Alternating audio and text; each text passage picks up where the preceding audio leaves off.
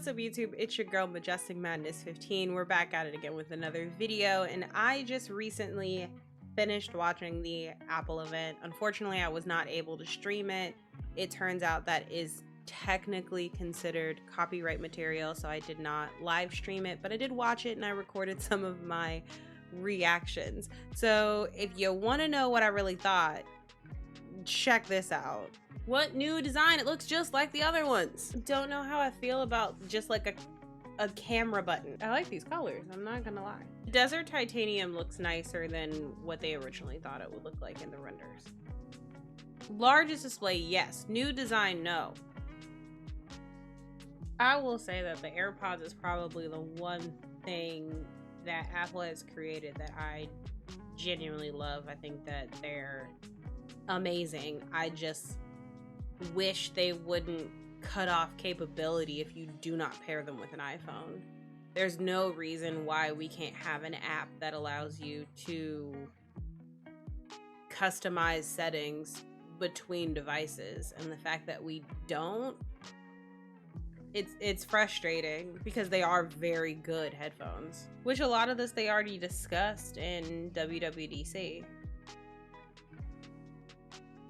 See, they put a lot of percentages, but they don't want to actually tell you the amounts. Like, percentage doesn't do anything for me if I don't know what we actually started at. So when it really comes down to it, I was not impressed. I mean, I genuinely tried to go into these events unbiased, but I always end up having a little bit of a bias because I feel like for the last couple of years I've just been very disappointed in Apple.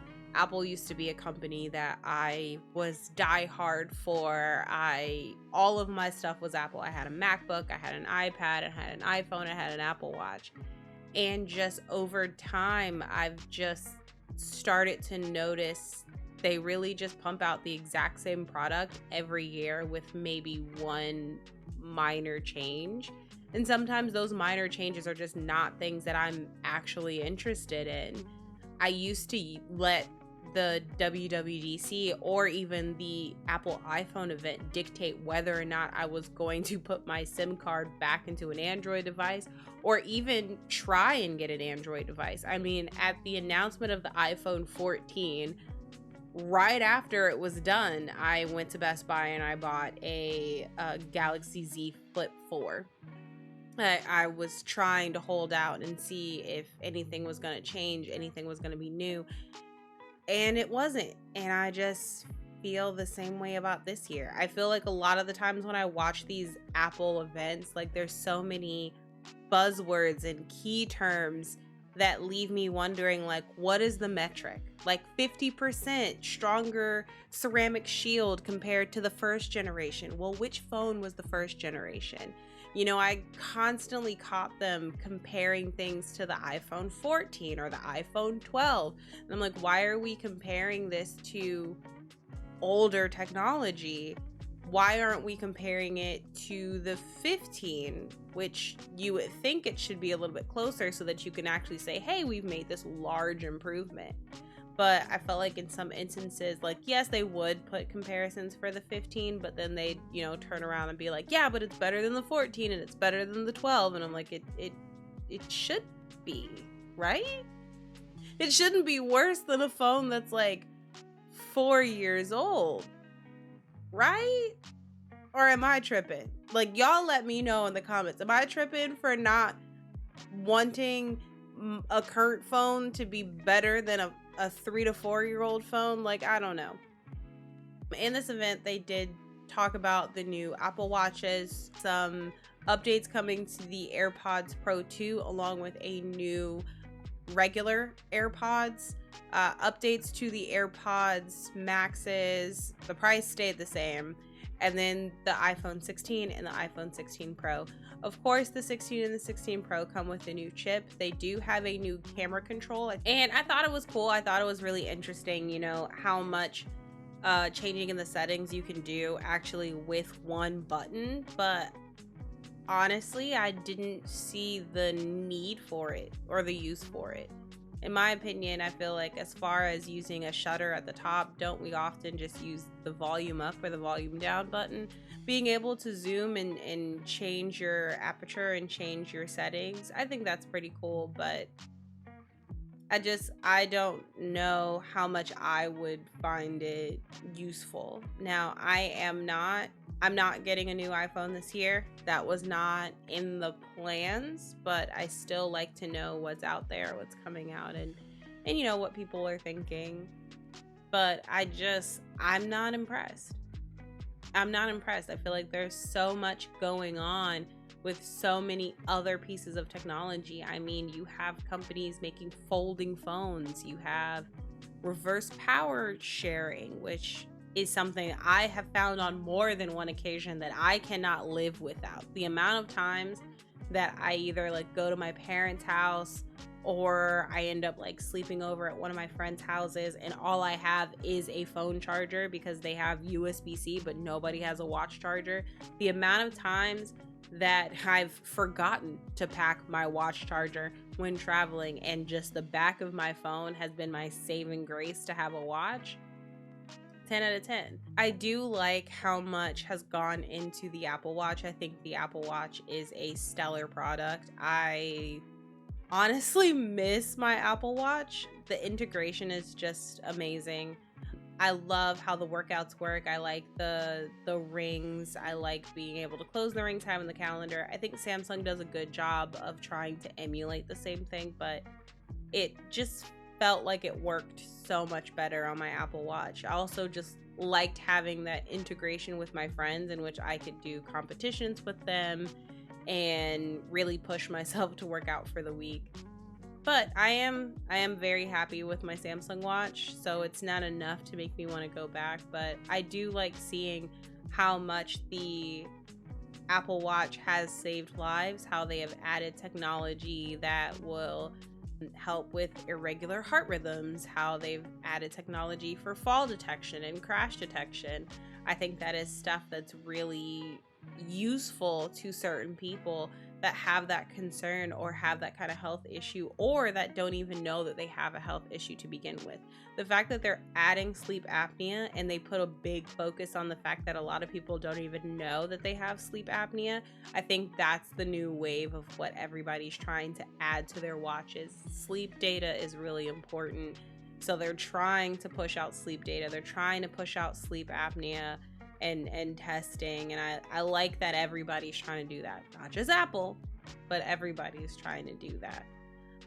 I am a little, disappointed in the battery life. I know that they made the watch smaller, they made it thinner. I'm sorry, they made the screen larger and they made the design overall thinner, which was a big selling point. They keep saying we have this new design and the watch looks exactly the same, minus the fact that it's a larger screen because they've lowered the bezels and made it thinner. It still looks exactly the same as all the other watches, so I don't necessarily understand the new design aspect of it. But I'm still, for how much they're trying to put an emphasis on sleep data and sleeping with the watch and just vitals in general, I'm still disappointed in the fact that it's not a 24-hour battery. Now, I do like the fact that they bumped the charge speed, so you do get 30 minutes, will give you 80% battery life. That's going to be helpful for charging in the morning, when you're getting ready after you get that sleep data. But I truly think it would benefit more from having either like a 24-hour battery or over 24-hour battery. I mean, even with sleeping, my Galaxy Watch could last me on one charge till the morning, little more than the morning. I'd have to charge it a little bit, but it wouldn't be dead. I think on average, I can get about a day and a half if I really push the watch. And I just feel like to really maximize that, a lot of people charge their watches overnight because they need it for the next morning, which results in people not actually obtaining their sleep data. They don't want to risk the watch not being charged enough in the morning for them to leave and have it for the whole day, so they just opt to not sleep in it. So I think it would benefit from having a larger than an 18-hour predicted battery. I also feel like they didn't really talk about battery life a lot. I feel like they didn't really talk about that metric, but said that batteries were larger overall between all of the devices. Really interested in what they're adding to the AirPods Pro 2. I do have a work phone that is an iPhone, so I will have to look into that. They're adding hearing loss testing and a hearing aid support, and it's not coming out till later on this year, but I found that very interesting that with an update to the AirPods, you actually will be able to test your hearing. I'm a little scared to test my hearing. I don't know if I could handle if it said that I was experiencing mild hearing loss because I love listening to music, and I don't want to negatively impact my hearing, but I just felt like that was probably one of the most interesting things that they had coming out with it. I like the fact that once it learns your hearing pattern, or I guess once it determines your level of hearing loss, it will act somewhat as a hearing aid to boost whatever you need it to boost based off of what your hearing condition is. I think the only issue with that is they are adding a lot of settings to the AirPods Pro 2 with the expectation that people are just going to have these AirPods in their ears.